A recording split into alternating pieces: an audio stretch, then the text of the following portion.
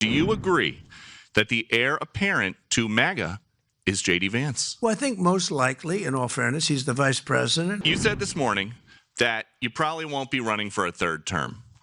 This weekend, Secretary of State Rubio said that he thought JD Vance would be a great nominee.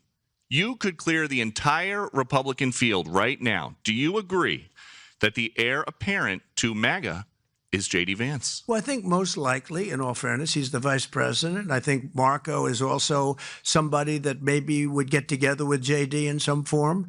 I also think we have incredible people, some of the people on the stage right here.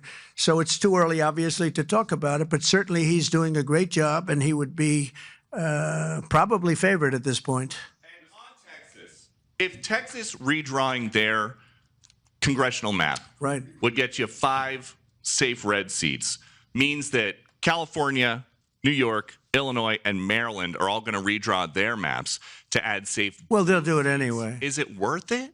Yeah, they'll do it anyway. Why? If we stop over there, they would have done it anyway. Look, a lot of these states, I watched this morning as Democrats are complaining, and they're complaining from states where they've done it, like in Illinois, like in Massachusetts. I watched this lunatic, Pocahontas. She's a total lunatic. I don't know what she's on. She's all jumping up and down like I've never seen anything like it, talking about supporting the communist mayor. And he's not a socialist. He's a communist, okay? This is not a socialist man. This is a communist. If you look at any of his policies and go back 6 months, you don't even have to go back further than that. So they want to put a communist in New York. Now, the good news is we have a lot of power over that because we're the ones with the money. We send the money. We don't send the money. It's up to the White House, a lot of power in the White House. But when I watched her jumping up and down, talking about that and supporting the communists, but if you look at what's going on with the redistricting or whatever you want to call it, the Democrats have done it long before we started. They've done it all over the place. They did it in New York. They did it in a lot of different states.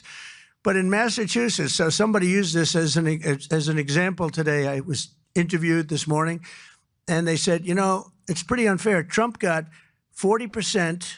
I'm not proud of that, but I think I probably got more, but that's okay. I got 40% in Massachusetts, and yet they have 100% of the vote in terms of Congress. So there's no Republican, there's no anything. So we should have 40%. You know why? They redistricted, and they've done it all over the place. And they've done it in California, by the way. Before this, they've done it in California. So we'll see what happens. We have a wonderful governor in Texas. He feels strongly about it. It's going to be up to him.